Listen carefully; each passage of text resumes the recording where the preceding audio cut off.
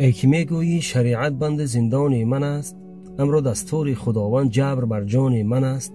بر تو میگویم مقامت را چی بود در زندگی؟ و یک کمی اندیشه کن از روز بس شرمندگی.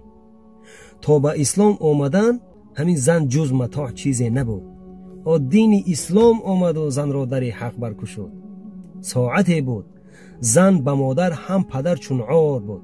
لازم اندر کس نبود، بی صاحب و بی کار بود. زنده در گور کردن زنها مگر حرف من است؟ تاریخ دنیا سراپا پور ز نخل گلخن است. آنچنان بود زن که نامش آدم و انسان نبود. هیچ گاهی در حیاتش چهره اش خندان نبود. مختصر گویم شنو ای خواهر جان گفته ها، گرچه بسیار است والله عالم اینا گفته ها. قدر خود دان و حجابت را مکن از سر برو. هرچی بشنیدی حقیقت بود و ما گفتیم کنم. خواهر جان پند اقبال بر صلاح کار توست. چشم بکشا، چشم بکشا، جز شریعت هر در بیزار توست. مراد ما نصیحت بود و گفتیم، حوالت بر خدا کردیم و رفتیم. الهی